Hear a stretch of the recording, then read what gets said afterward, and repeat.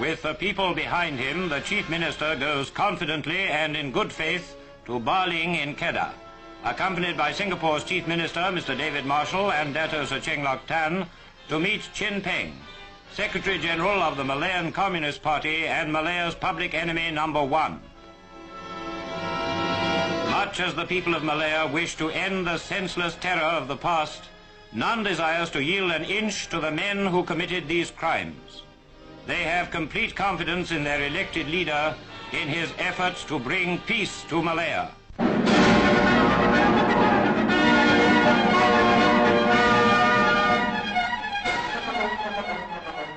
The eyes of the world turned for a fateful 2 days on Baling near the Thai frontier for talks between government representatives and communist terrorist leaders.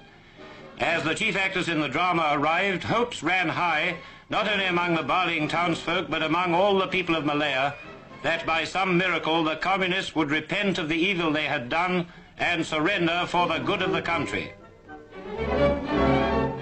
The whole town flocks to the school which has been prepared as the conference room to watch the chief ministers arrive. Tunku Abdul Rahman and Mr. David Marshall are as one in their attitude to communism, supported by Sir Cheng Lok Tan. They are prepared to give the communists a fair hearing in the hopes of a peaceful settlement. The austere conference room waits with a sense of history, while a teacher's house has been prepared to accommodate the communists.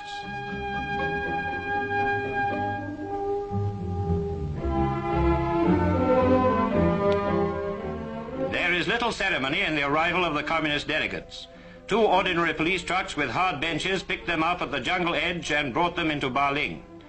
All necks craned for a glimpse of the number one terrorist. There he is, that's him. Chin Peng, directly responsible for a brutal 7-year campaign of murder and terrorism against the ordinary people of Malaya. Propaganda Chief Chen Chan is with him, and also Abdul Rashid bin Maidin, who escaped from the Malacca detention camp in 1951.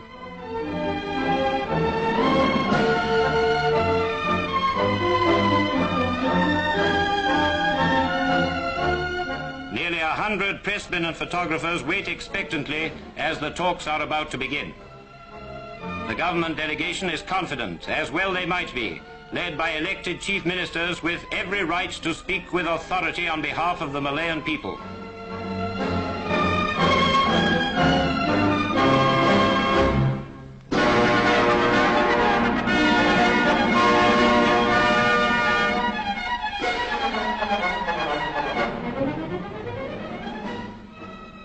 And then the communists, escorted by Mr. John Davis, the famous Force 136 guerrilla leader and former colleague of Chin Peng during the Japanese occupation.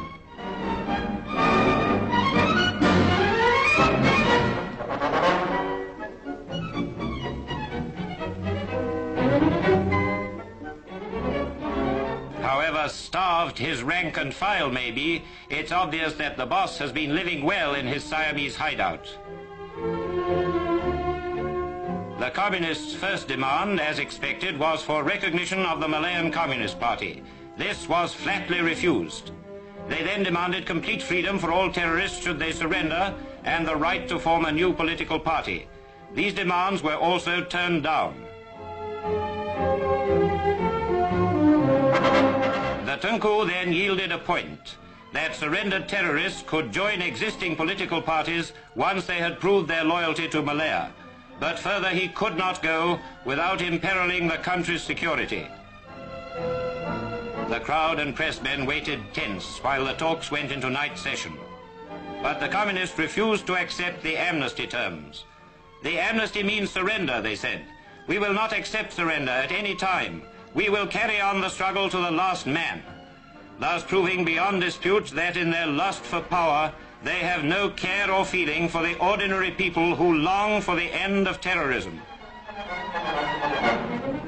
There was no more that the Tunku could do without endangering the people he represents and the very country itself. So the communists returned to the jungle to continue their war, or to think again, certain of one thing, that they are now dealing with the people's representatives. Meanwhile, the chief ministers give the press a full account of what happened, freely answering all their questions. The Tunku declined to call the unsatisfactory outcome a breakdown. He is confident that the communists are so anxious to end the war that they will be ready for further talks when he returns from London. I will never give in, he told them, and the people of Malaya are with him.